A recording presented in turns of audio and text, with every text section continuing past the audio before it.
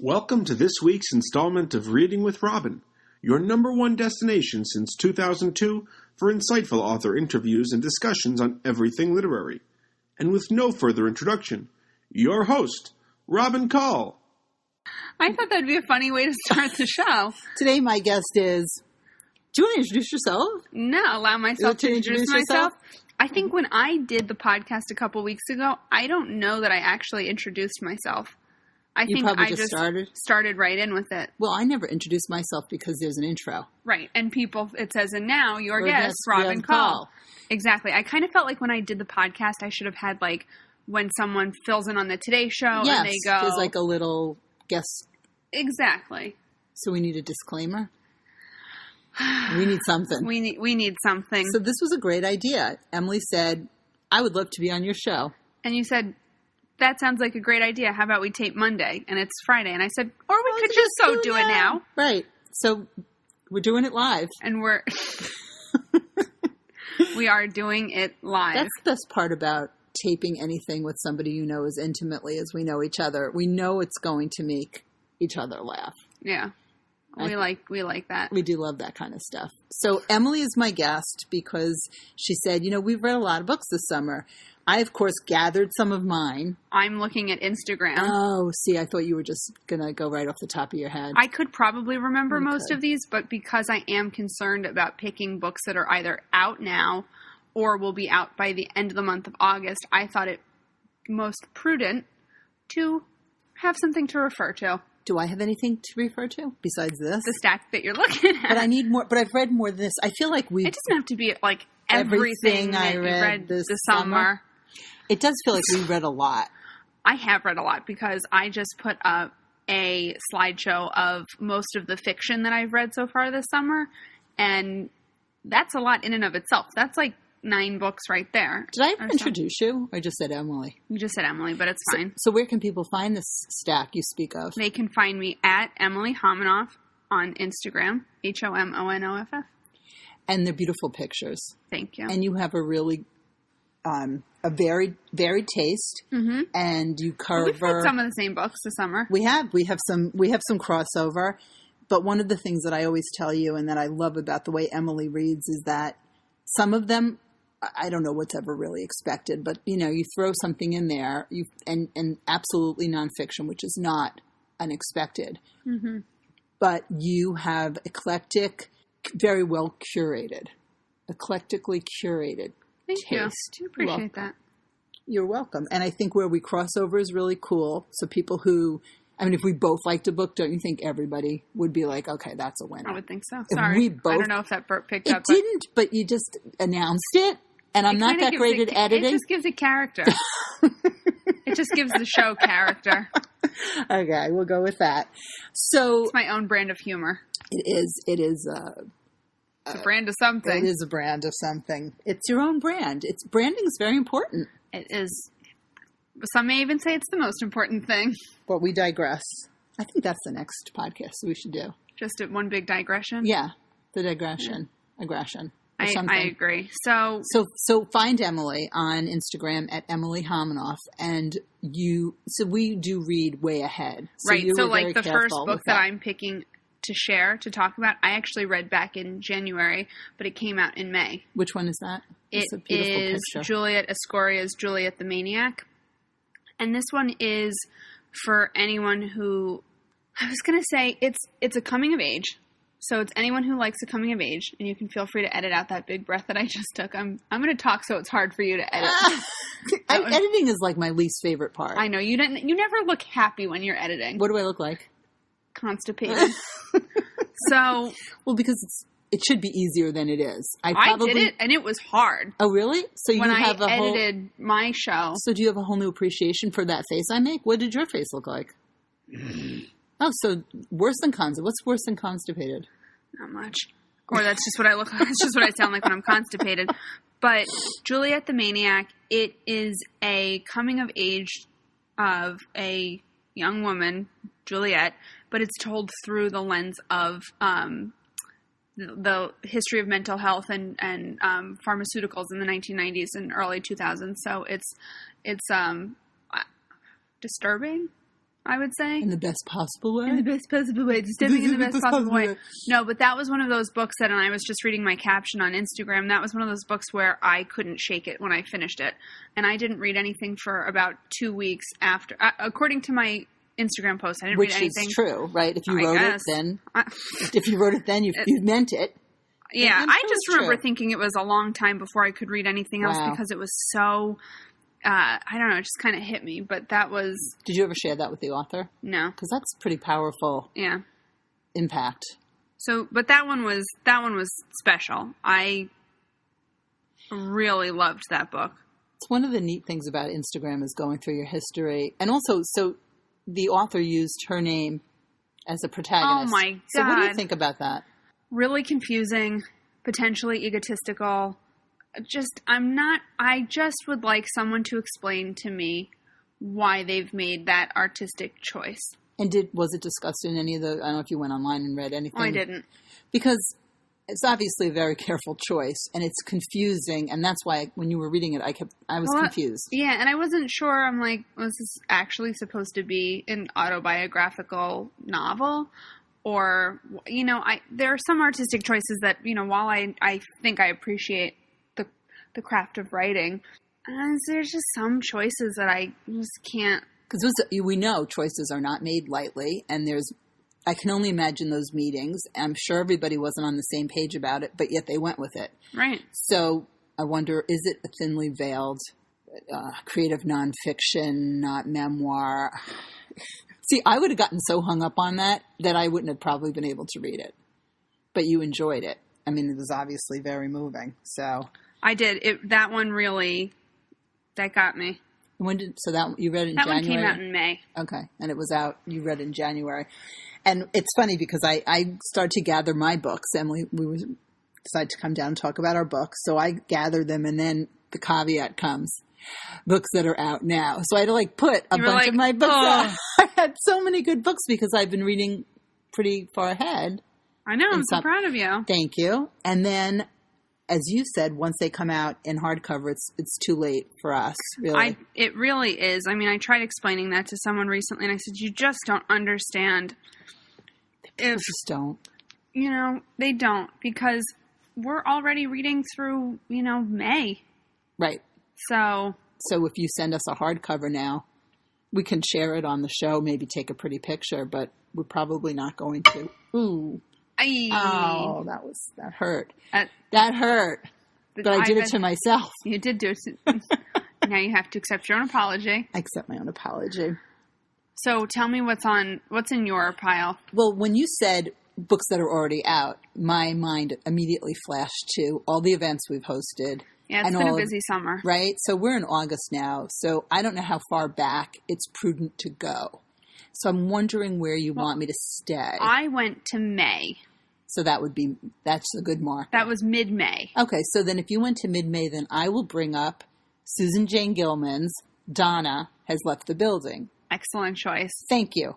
Because we hosted one that we both read. We both read. Both loved. And we both have little goodies that came along with the book. We do. Mine's still in the car, I think. Oh, I put mine in the dishwasher. And now I've used it. Really? I have to get mine out of the car. with the other spatulas. That Susan's marketing team very creatively came up with something that would go well with part of the storyline. So we hosted Susie in June, which I can't believe was already 6 weeks ago. Month and a half ago. Something like that, for the big summer event. And Donna Has Left the Building is a romp through mid-creativity experience of a woman in her 50s during the 80s. So the backdrop of the music and what's going on at the time is something to really wrap your head around. And it's Susan Jane Gilman humor, observational, wonderful dialogue, and just a really tight story. And I just loved it. And anything she writes, love it. Anything she writes, we'll read. So, and we might have to wait for a while because she doesn't just turn them out, which is great. She puts a lot of thought into them, and it was fabulous. And I'm seeing a lot more. Some books get a lot of attention before. Sometimes there's a lot of buzz when they're coming out. But I'm continuing to see the buzz for Donna's Left the Building. So I'm really glad to see that. That's awesome. Yeah. So the next book that I'll share is another author that we hosted, and it's Christina Alger's Girls Like Us.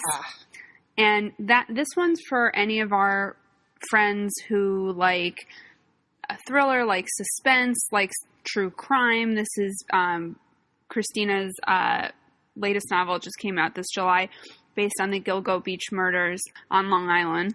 I didn't realize it was such a recent story. I mean, considering we're only in 2019 and the book came out, I wonder where maybe I missed the event because I was away, but what was it about this particular story that grabbed Christina's attention?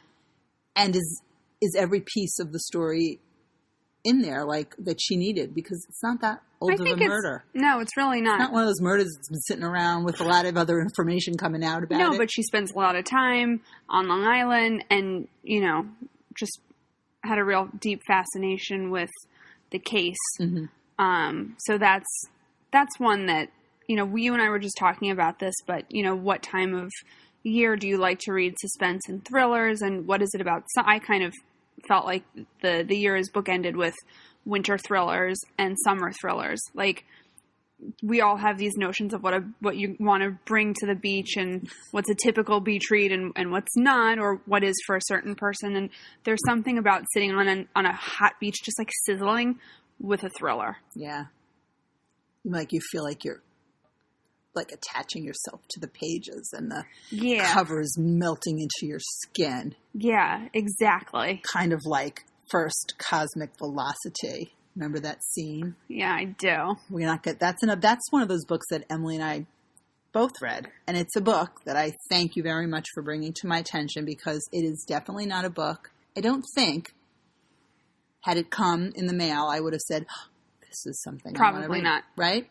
And it's by Zach Powers, and it is his debut novel. Debut. Plus, Zach's coming to the Cardigan Connection August 20th, which is like somehow it's coming up already.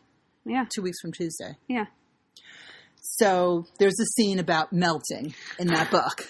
That's what made me think of the sizzling cover. This is one book that I would just like to see, like, littered on beaches. Not actually littered on the ground on beaches, but we don't support littering. No, but in hands.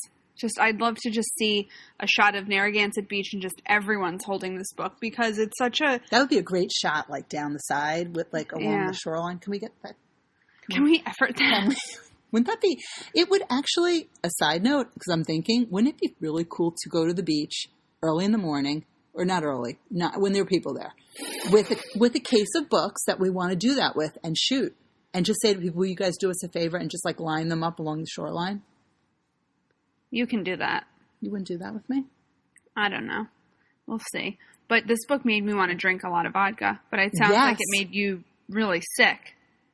It was such a deeply affecting book. And we hosted Zach on Facebook Live, and we did bring out the vodka. Yeah. I don't mean that the book made you sick. I meant like the mention of all the vodka made you sick. It was just, I just felt like I was sitting, well, not in the bad way, but just like when you read books where the characters are always drinking and you just hear that ice clinking, it does make me feel you had that like feeling overwhelmed. With Mad Men. Yes. Just a lot of drinking. And it in the same way, I think, when a character is drinking just a ton of coffee, when there's just a lot of anything, it feels very, I feel submerged in it. In vodka. A way. Yeah. You're up to your eyeballs in vodka. Just marinating it. Yeah. And so there, Can and you there was a lot marinating in vodka. What would happen? Is that a new, that's probably a new company. Your skin would probably burn off, right? I would think. Yeah. Things that we ponder while we're talking. Things that can be. Yeah, and while I'm looking for the next edited book. out. So that was a fabulous book. First Cosmic Velocity, Zach Powers. It's a debut, and that's one of our favorite things to share. Yes. What was? So now I've got some. Oh, okay. I've got some. We're moving along. Okay. Because there's a. I've read a lot of nonfiction this summer too, and just to give it its fair. Sure. Its fair shake. One of my favorite books actually from this summer, but it was also an amazing memoir, is Casting into the Light by you love that. Janet Missineo, and it's her memoir of being a fisherman on Martha's Vineyard. Yeah, you really enjoyed it. I really enjoyed it. It's really like top-notch writing, very lyrical, and I just never knew. I like nonfiction, and I like nonfiction and memoir about things that I don't know about, or things that I do know about, but definitely things that I don't know anything about. And I just didn't know that reading about striped bass could be so fascinating. But that's what a strong writer she is. And if anybody could get me to read about striped bass, do you want my copy? You might really enjoy it. You think so? And when does that one come out? It came out in July. Okay, because I've seen it around now. So it is available, and yeah, I just loved everything about it. So good. I remember hearing you talk to a mutual friend of ours about it, and it sounded really enticing that way. Yeah, not the striped bass because we're vegetarians. But. No, not the bass at all. Just the description of what the book meant to you while you were reading it and how much you enjoyed it. And if you're just tuning in to Reading with Robin, I'm chatting here with my darling daughter, Emily, about our summer books that are available, books that we've read that are available this summer. Correct. Because we went back to, does that come out? It might. All right. I can't turn that off.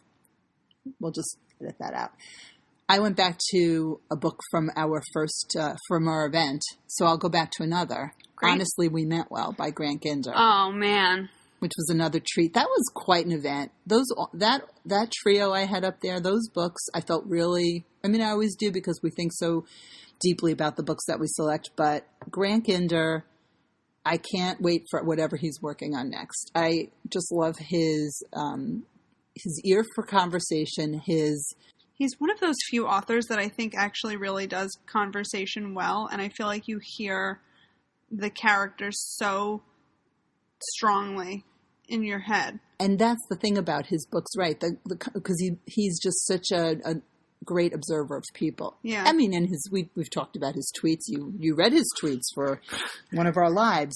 So he has a great ear for conversation, and it comes through in his writing. And for humor, subtle, he's not hitting you over the head with it, but those great observations and those, I feel like I'm there. And this book takes place on one of the islands of Greece, and just makes you want to go there because why not? But it's a great love story, and a special kind of love story, let's just say. Yeah. And I remember reading it the summer of 18. So it was a really long time ago. Yeah. And it stuck with me. And can't wait to see what he's working on next. So that's Grant Ginder's. Honestly, We Meant Well.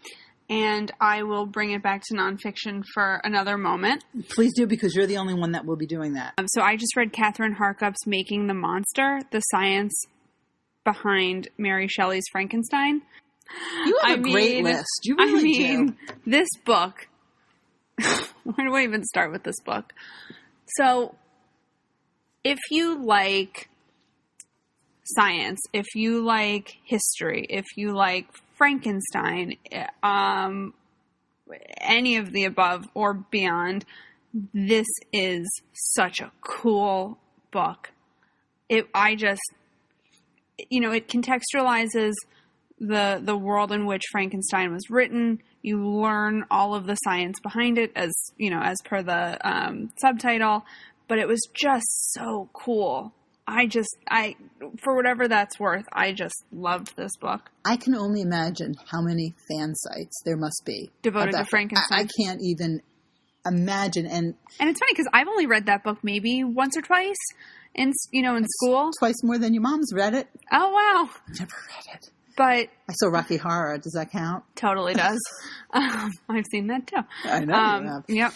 So that, so it's not like even, it's my favorite book and I wanted to read the science, and I don't even really like science that much, but I will say this, it is for someone like me who feels like I do about science, it's a true testament to the writing of the author and their narrative abilities to really infatuate me with the science and the gore behind it all. Because I just like to be wowed. That's all I really want. And so while it's not a subject that is particularly my thing, even though I do read a lot of nonfiction, I was wowed. Wow. Again, another book that wouldn't normally be on my radar, but because Emily is talking about it, it's like the kind of person who can describe a perfect meal, and then the next thing you know, you're on your way to Mystic for pizza. Mm-hmm. Because you have to have it. Have you shared it with anybody who is a huge fan? No, but I'm going to Mary find Shelley them. fan? Because I know there are some people that that's their favorite book ever, or their topic. And we have that event going on in Rhode Island that Paul Tremblay is coming from. Which is? It's Necromicon. Yeah, I just wanted to hear you pronounce it the right way. Did you want to hear me mangle it? Yeah, she's in the UK. But, as a keynote or Skype in, nobody probably thought of that. It sounds like the perfect author. Yeah, it was so cool. And I just kind of came across it and it tickled my fancy. You must share that with a huge fan. I mean, I don't know anyone who's nobody went to college with nobody from... Maybe they're secret fans, but no one that I know is, out and a super fan. I can't imagine, like, the online communities, if they marketed it that way, because the way you describe it, it sounds like it would be like, do not miss this book if you're a fan. Yes, and I'd just like to make a brief interlude before we continue on with some of our... Go for it. With some more of our picks, but there's a lot that we can't get to. If anyone is looking for additional recommendations, might I kindly suggest going to visit the Cardigan Connection, either on Facebook or on Instagram. And you can see all of the authors that we've hosted this summer, and those are all books that we stand by as recommendations as well. Yeah, but if you're looking for something that's current, I mean, really see who we've had come this summer, and those are all books that we love. So just go to the Cardigan Connection on Instagram or on Facebook and pour through, and you can see all of the books. You'll see, we make it super easy. That is a great way to just pick a list. And and as a matter of fact, it's the way that a lot of people pick their list. It is. And then you see it posted and it's like, wow. And we don't ever like to say that, you like whoever's book, like, oh man, that book got no press. How would you have ever known about it? Yeah, that would. We don't like no delicate way to say that. No, we don't like to insinuate those things, but it's just sometimes it's just kind of obvious. However, to us. We know where you got the list, which is great because as everyone knows, we're providing a fabulous service. Yeah. So there we go. The next book I would like to talk about is "Stay and Fight" by Madeline Fitch. Now we both read that one. We did both read this book. And that's another one that I brought you. I was just going to say, this is a book that Emily brought me. You should announce me as your producer, too. Emily is my producer and my general everything person, go-to, and head script writer, photographer, and purveyor of all things fun. Thank you. But you are a producer. I take your suggestions very seriously. The problem is sometimes there's so many and so wonderful that what do I do with the ones that I thought maybe I wanted to take a look at? I know. And I'm like, oh. But I do go, but I like what you're picking more. I know. It almost takes it out of my hands. It takes a whole decision-making process. Yeah. And then Who needs decisions? Just tell me what to read. That's what we like to do. We tell you what to read. Well, some of these do come and I take a look at them and think, I have to read this, and I'll just sit down and read the book. Well, that will be my next pick. But Stay and Fight, Madeline Fitch. A debut novel also. Yeah. So you have me a debut novel. This book is another book that will stand out as a book that doesn't blend with others. So it takes place in Appalachia, which is a big region, though. This is like the Ohio. Yeah, which is not part of the region that I know about. Did you know that it actually comes all the way up like to Vermont? No, I did not know that. Or is it New Hampshire part of the... That's not my thing. No, but someone was saying that like part of the mountains up here are actually still considered Appalachia. Did not know that. I think of Virginia. I might be wrong, but I think I'm right. We can look it up. So this book it's a story about family, survival, maybe some idealism, and sticking by your people and what you stand for. Also a coming of age, I would say, in some way. Yeah, I feel like it's never too late to come of age. I like that. What was something about it to you that was striking besides the cover, which is... I just felt like I was so there. And I was so in this book, and I love her writing style. It's cool for me to see female authors who write with this like gritty undertone, and I kind of felt like it's a little jagged. It's not perfect. It's not precious. No, it's definitely not precious. It's like a little grimy. And some really cool because writing techniques. You're in the muck with them. Yeah. You really are. And very funny. Super funny. Like our kind of funny. Yeah, quirky funny. Because I did give it to somebody who not said like it's a commercial quirky funny. No. But no. like real, like authentically quirky funny. There is a difference, and I'm not going to say which books I think are commercially quirky funny, but it's not adorkable funny. It's like... No, it's funny. I'd like to walk around smart. in her brain and have a conversation with Madeline Fitch. That's, I'd like to do that. And you can. That's the great part about what it is that we do. And you can. So that is Stay and Fight, which is also a great title. Yeah. Madeline Fitch. And you know what I'll bring up next, because we haven't talked about short stories, is Chris Boucher's Big Giant Floating Head. Great. Who we also hosted at the Cardigan Connection just in June. And that collection is so ridiculous and so funny. And like, again, our kind of funny, but different funny from Madeline's, but I could see them as being able to really carry on a very odd and funny conversation. Do you ever think about authors like that? In like I know you two would be friends, or I know you would have a great or I know people who are friends, and I go, I can totally see how they're friends. Yeah, because of X, Y, and Z. I'm just thinking of other people in my head. I'm pairing together other writers that might be friends because of their writing styles or what they like to read. Well, and we know that Chris Boucher and Joe Scapalato are friends. Right. And Joe's book, The Made Up Man, who we also hosted at the series, is another book that I loved. And I recently gave it to a friend who was just like, wow, layer after layer after layer. I was just so, shocked or whatever. And I was like, maybe you don't get out that much. Well, the thing is, too, we're in a world where there are so many books. So many books. How do you know what to choose? And we see, there are just so many books. And one of our friends remarked, are there a lot of books? And we said, yes, there are a lot of books. But, how many books? Ones that stand, so many books. Many books. And that's why the ones that stand out are the ones that Emily and I like to talk about. And so we're talking about the books we've read this summer. I also loved The Other Mrs. Miller, Allison Dixon. You did, and you were like, I gotta know, where's Mrs. Miller? I had to know what happened, and it's a great title, and it came out just last week or 2 weeks ago, and it is a summer thriller, and people know that I've been talking about the books that I've been loving that are, every thriller still surprises me because I'm like, wow, I just have to know, and I'm turning the pages, and I'm getting excited as a reader. That's what I love to do, and it was very clever. And very excited I will be speaking with the author in a couple of weeks. So fantastic. The Other Mrs. Miller, and it is out now. All right. I'm going to make a kind recommendation that I think we each either pick one more book or two more books. Okay.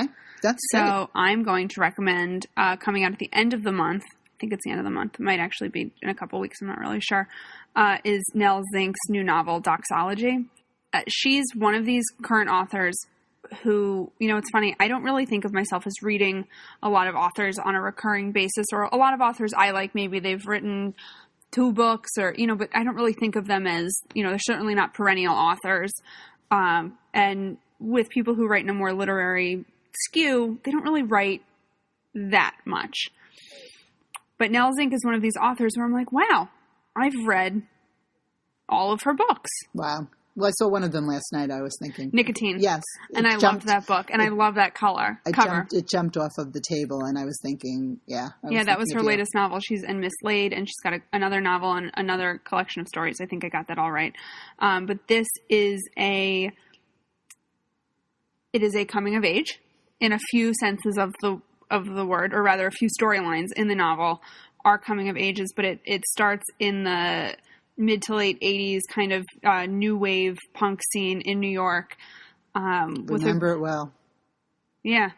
I made a playlist actually as I was reading this, and I feel like I don't know if they're making one for it, but there's a lot of good music mentioned in this, a lot of Sonic Youth, a lot of Fugazi, Minor Threat, all that stuff, Talking Heads. So it follows a group of friends who start a band, and then kind of as their lives and careers grow, and then the child of 2 of them, and then her trajectory, and it's like full circle 5 times over. Wow. So that one was really stand out. Full circle 5 times over. That is very cool. Yeah. And that's Nell Zink's, and that's out too. Oh no, yeah, you said it's coming out, and it'll And, okay, what am I going to pick? I'm going to go with Jennifer Weiner's Mrs. Everything. I loved that book. Right? Oh, right. We both read that. I forgot that you read that, too. I was so hungry while reading this book, and that's the disclaimer that I give everyone. Yes. Do not read this book on an empty stomach. I made us the night that I started this book, I think I was maybe 3 pages into it, and it was 9:30 at night, and I have a strict no eating after 8 o'clock policy, because then I wake up with a headache, and I just went, oh, I can't take it anymore. She wrote, there was so much food in the first, 15 pages of this book. I forgot about that. And what really threw me over the edge was the freaking heel of a loaf of bread, and I just said, I can't take it. And I went rummaging through the kitchen, and I was like, what do we have that we could eat? You rummaged and foraged. And you said, I want something too. What did we get? But you weren't. Remember. Oh my God! How could you forget? I found we had the kosher bagels in the freezer. Oh, I defrosted totally us. forgot. I defrosted us a bagel. We each had half. Totally forgot. I didn't scoop it out. No, but I toasted it very well done. Oh, I forgot. That was we delicious.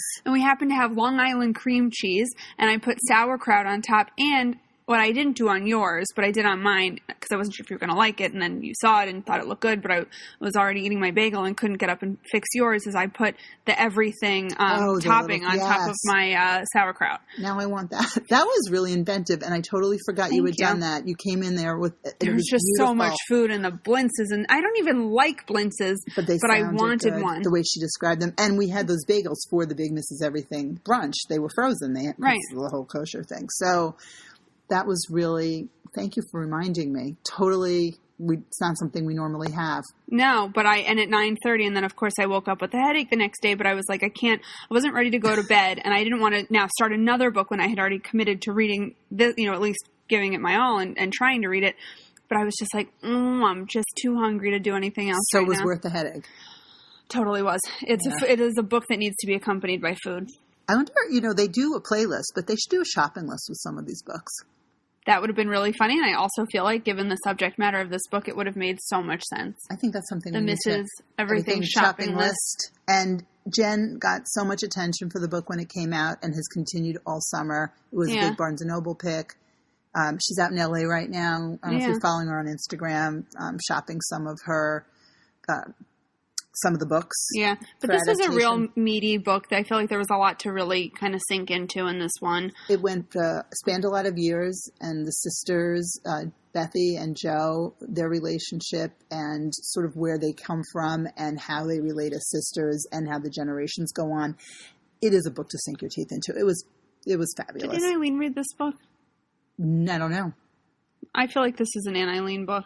It'll be disappointing if it turns out not to be, but you think we could go for it? I think we could. Okay. Aunt Eileen, if you're listening. You're going to get a copy. So then next up, I read, it's coming out at the end of the month, and this will be the last one that I will talk about, is Lisa Lutz's The Swallows, because I, at my heart, am a sucker for any kind of prep school book, and especially one that seems a little seedy and a little... So this is, you have a teacher who's been...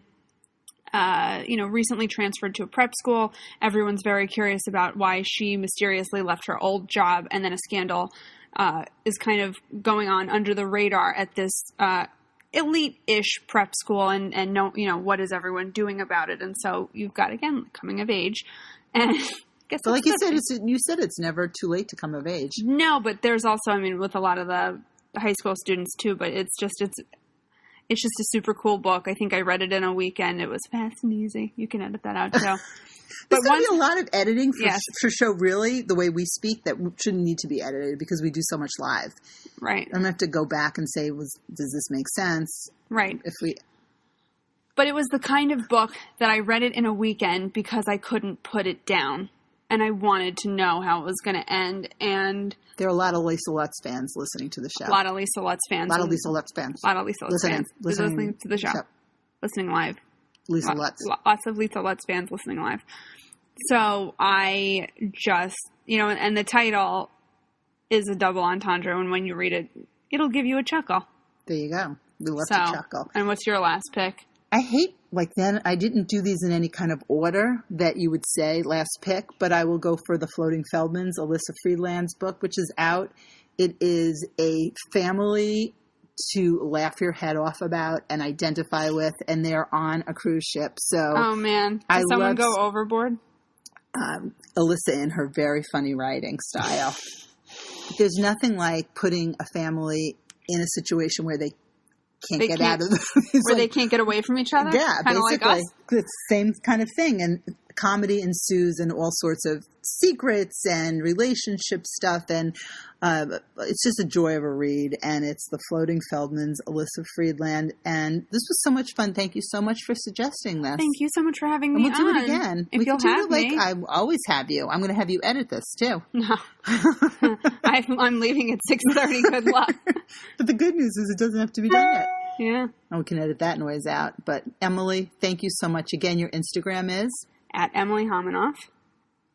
On Instagram. Yeah. And you can find her also on Facebook, Little Lion Communications. on Facebook. And and books are posted. And Emily does post a lot of the books she's reading. So if you can either go back and listen to this again, or you can go to Emily Hominoff on Instagram or Little Lion on Facebook and see a bunch of the books talking about. And as always, on Reading with Robin. Well, thank you so much for having me on. Thanks for tuning in to this week's installment of the Reading with Robin podcast. As always, our full-length podcasts will be available right here on robincall.com. We appreciate your support and look forward to having you over next week when we chat with our next featured guest. Have a great week and happy reading.